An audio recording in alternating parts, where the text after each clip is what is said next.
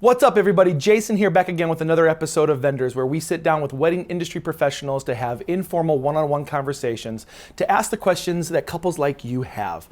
Today I'm sitting down with Anita Vaughan, who is a Life-Cycle Celebrant, which is an officiant. Life-Cycle Celebrant Anita Vaughan officiated the most important part of the evening, the ceremony. Well, I think the special touch that a Life-Cycle Celebrant brings is that the ceremony will then be specifically for that couple.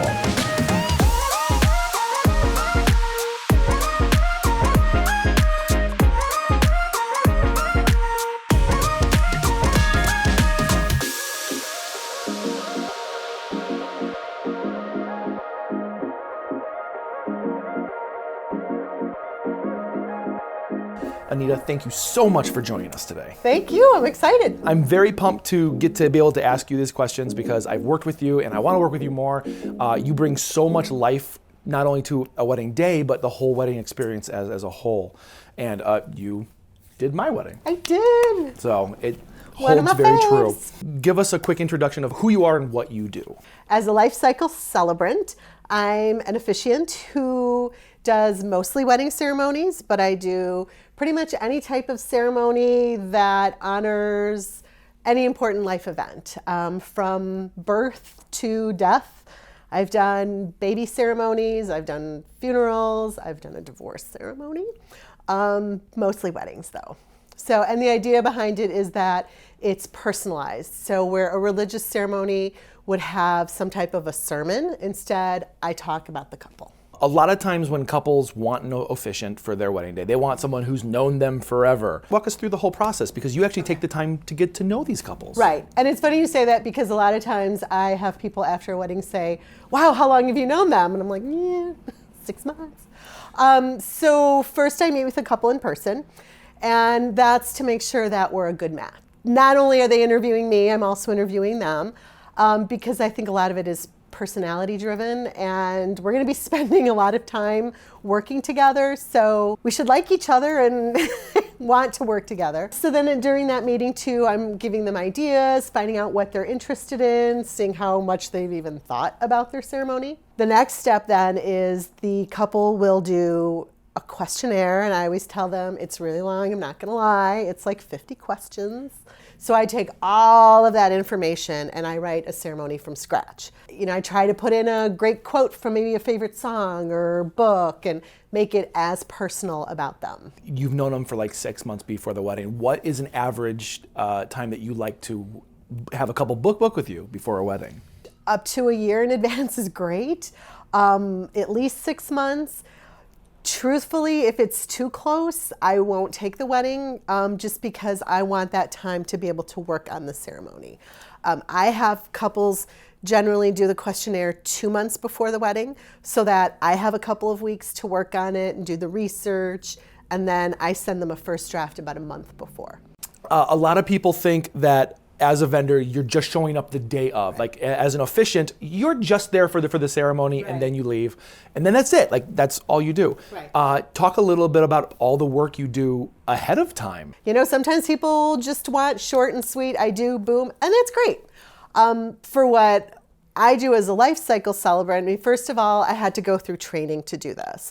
To have this title, there's actually a school, and I went through the training program. Now I'm on their faculty, so I teach the classes that I took 11 years ago. That's cool. Yeah, so a lot of people don't know that there even is such a thing as a professional training program. Preparing for meeting with a couple, I put together a whole folder of information. Just responding to emails takes time.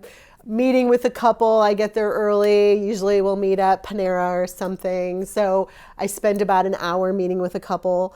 Then, yeah, all the prep work. So once they've hired me and they've done their questionnaires, the rest is all up to me. I don't expect you to go find the perfect reading or to figure out some cool new ritual. That's my thing. And I will suggest something to them. It's totally fine if they say no, but I'd rather give them more and have them say no to things rather than not give them enough. Also, if someone comes from a particular cultural background, looking into what the traditions are from that background. Is there something that we can do? Is there maybe a traditional ritual that we can reimagine, where we're still being respectful to the origin of it, but making it personal to that couple. But if you're going to do something in the ceremony, we're going to explain what it is and why we're doing it. Okay, so that everyone can be a part of that moment. Exactly, and that's what it's all about. I mean, people shouldn't be there as witnesses, they should be a part of it.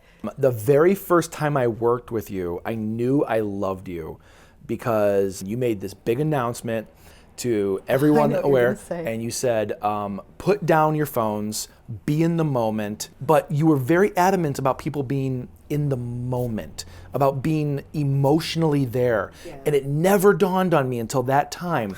And I remember I took a clip of that video, and I'll play it right here. On behalf of Rich and Diana, welcome. I'm Anita Vaughan, a Life-Cycle Celebrant, and I have the honor of officiating their ceremony today. Before we begin, I would like to ask you all to be fully present for the ceremony. Please take a moment to turn off your cell phones and put away your cameras until the very end. We'll let the professional photographer capture how this moment looks. We would like all of you to capture how this moment feels in your hearts without any distractions. At that moment, I was like, I love this person. She is so concerned about the emotional value of this moment in time. So you're obviously a pro at this. Like, you're talking like you've been doing this your entire life. How long have you been a Life-Cycle Celebrant? Well, I actually just celebrated 10 years, but it was kind of a lie because it was really 11 years. Yeah. Was it really? Yeah. That's cool. How many weddings do you think you've done? I keep forgetting to count, but I know I have counted along the way. I haven't done it recently, but we're around 300. I like how you can always tell a wedding industry professional like how professional they are because we just stop counting. Like after you hit 100, it's like, right. That was cool. Like 50, ooh. I have no wedding this week. I need to focus on this now. Right. 250 was pretty exciting, but then after that, I haven't counted again. So what are some things that couples should be aware of? What kind of questions should a couple ask their officiant? One thing is, what kind of background do you have? You know, has someone just gotten ordained online? And that's fine if they're looking for something pretty straightforward. This is the script. Have they undergone any type of professional training to be an officiant? I also, one question that someone asked me is, have you ever turned a couple away? Which I thought was a really good question. Absolutely. Because I have. Nicely, but of course, just because we weren't a good match, or maybe they were looking for something maybe a little bit more religious than I do. But yeah, I don't work with every single person that I meet. Another question that I think is good is describe your ideal couple. Finding out what does the officiant like doing, or who do they like working with. Or what kind of elements should a couple be aware of in a contract within officiant? In the contract, is there a cancellation policy? My contract has evolved over the years with experience and the experience of my colleagues.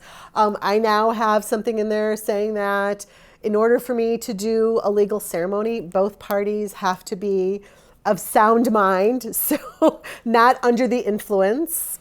I've also included a photo release, so that if the photographer sends a picture of the wedding, and it's okay with the photographer for me to use it, then the photographer knows that the couple is also okay for me to use it. The details, just make sure you put on there the date and the time and location, rehearsal. And if it changes, please tell your officiant, because that's important. I think that's something across the board of vendors is communication. Yeah. The more communication you have with us, the more we're going to work with you that much better. Right. And also, just, are there any other fees? You know, sometimes maybe there's parking included or mileage.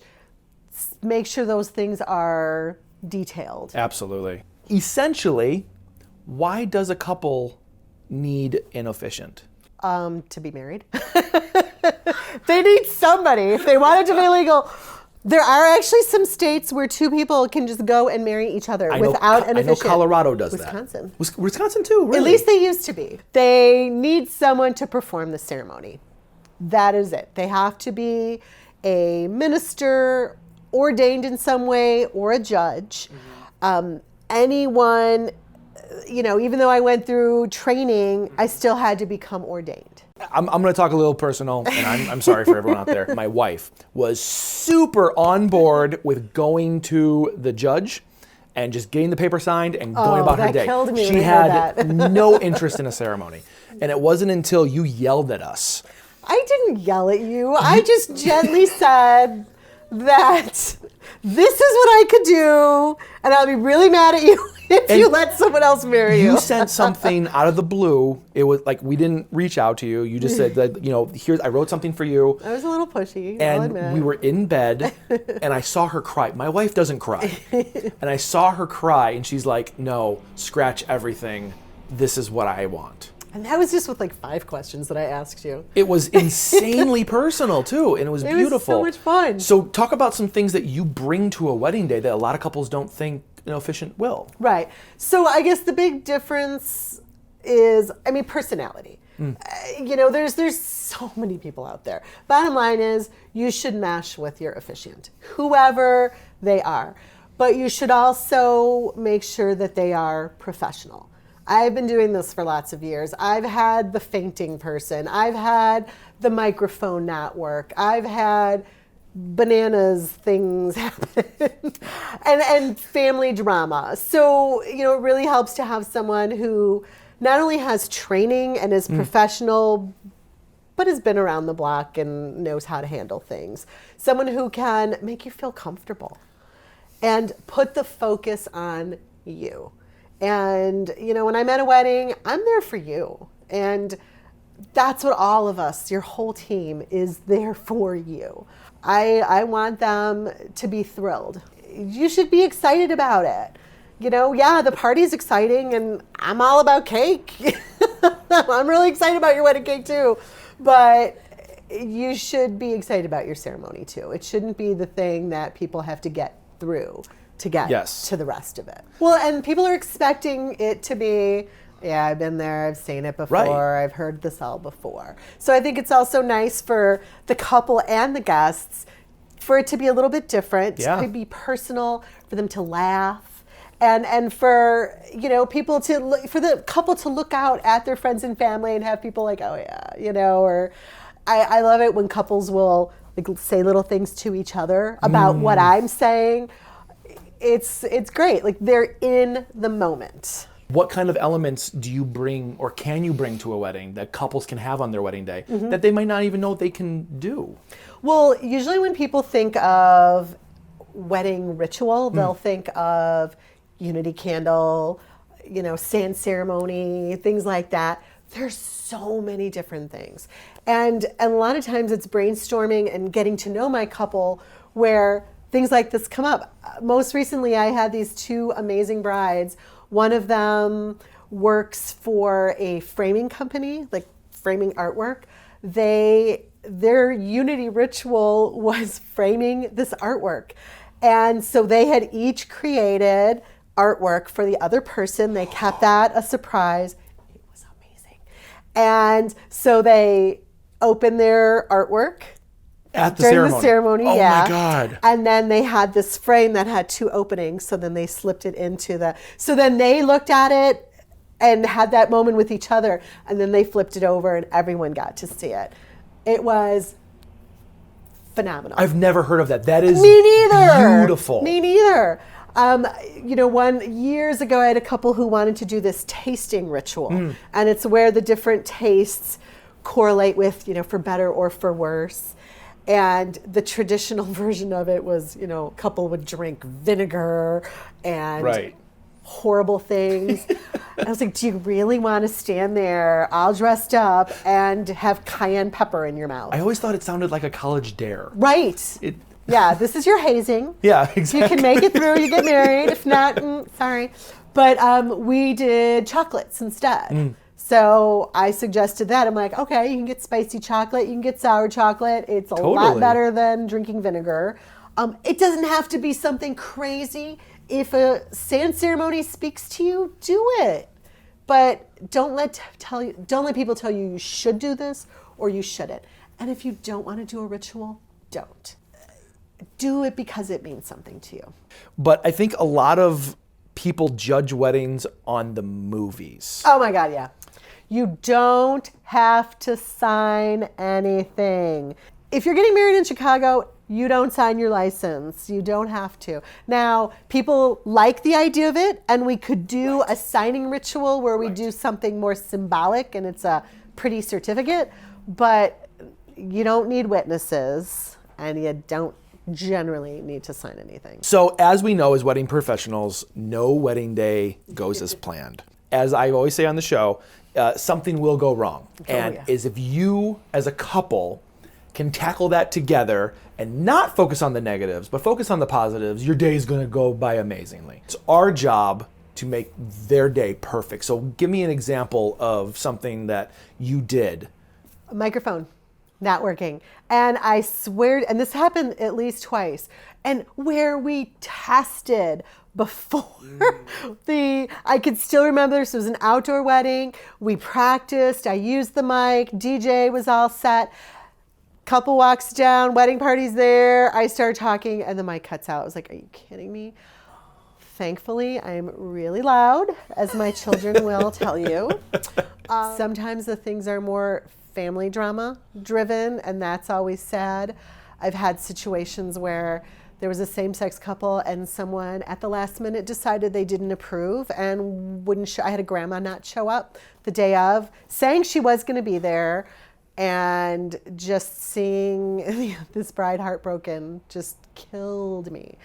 But, making sure that she remembers that that's not important right now. And I always tell my couples before the wedding, I like to give them a little pep talk. I just say, you know what, you're here, I'm here, you're gonna get married. That's what matters. All the other stuff is great, but it's not what's important. But yeah, I mean, kids are gonna walk or they're not gonna walk. The other thing is just remembering it's not that important. And when those things go wrong, laugh about it. It's gonna be okay. Right. How do you handle multiple bookings? I'm very selective. I don't do as many weddings as I used to, but I tend to give first come, first serve priority. But I always tell people when I meet with them, and if we're a good match, that I will wait to hear from them. But if someone else contacts me for the date, I will let them know, but it's not done till it's done. An important aspect to a lot of couples is their budget. Mm-hmm. So they have to put the budget in the places they value. Right. How much does a Life-Cycle Celebrant typically cost in the Chicagoland area? Yeah. Generally, we probably charge between $600 to maybe a little over $1,000. My fees generally range from $750 to $900, and that includes the rehearsal and the creating the ceremony specifically. Well, and the months and months of work before. Right, right. And that's something I really... And the rehearsal, yes. being there the day of. The other thing that we do that's probably a little bit different or unique to us is providing ceremony outlines and cue sheets to all the other vendors. So not only do I work on the ceremony, working up to the day of, after the rehearsal, I'll make any last minute changes, but then I will do a one-page outline for every vendor. So photographer doesn't care what I'm gonna say. They need to know what's gonna happen when. I do a whole different version for music because they need to know I'm gonna walk out first. They have to cut that pre-ceremony music. I'm gonna do my welcome. Then when I say we're ready to begin is when the processional music starts, and then everything in between. And do I pronounce them and then they kiss and then there's an intro, or does the music start right then?